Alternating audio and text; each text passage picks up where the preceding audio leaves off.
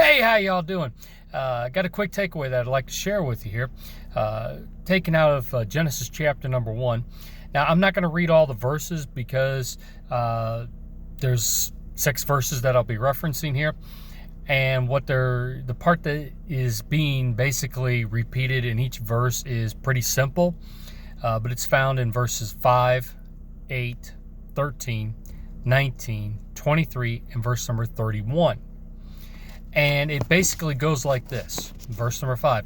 And the evening and the morning were the first day. Verse 8. The evening and the morning were the second day.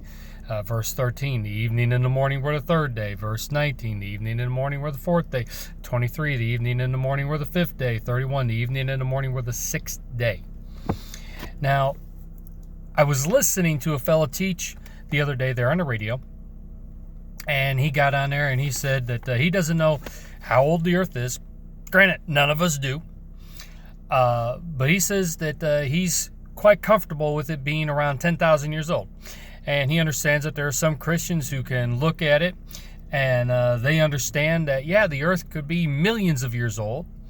And there's even some Christians who can say, yeah, billions of years is not beyond reason.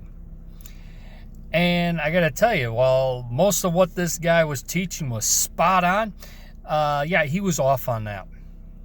Because it matters how old the earth is. Now, like I said, I don't know exactly how old the earth is. I wasn't there. At least 6,000 years old. I personally can't picture it being more than that.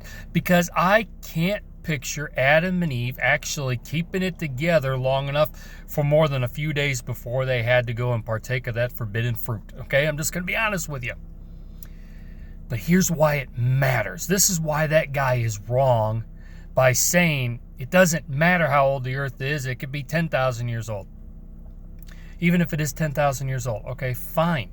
But it matters how old the earth is. Why? Because the evening and the morning were the first day, the second day, the third day. The evening and the morning. The evening and the morning. When the Pharisees came to Jesus, asked him for a sign, he says, there will be no sign given but that of Jonas the prophet. What happened? Jonah was in the belly of that whale, that great fish, for 3 days and 3 nights, the evening and the morning, repeatedly. Jesus was in the grave 3 days and 3 nights, the evening and the morning. If you take away the whole business of that, the word here in Genesis chapter number 1, the word day, and you say, well, it could mean an age, guess what? Because you just made it an age, you just took away the victory over the grave. You just took away our salvation by saying it could be an age. It could be days, it could be hours, it could be weeks, years, whatever. No. The Bible's very clear when it defines the evening and the morning being a day. Just a quick takeaway for you. It does matter.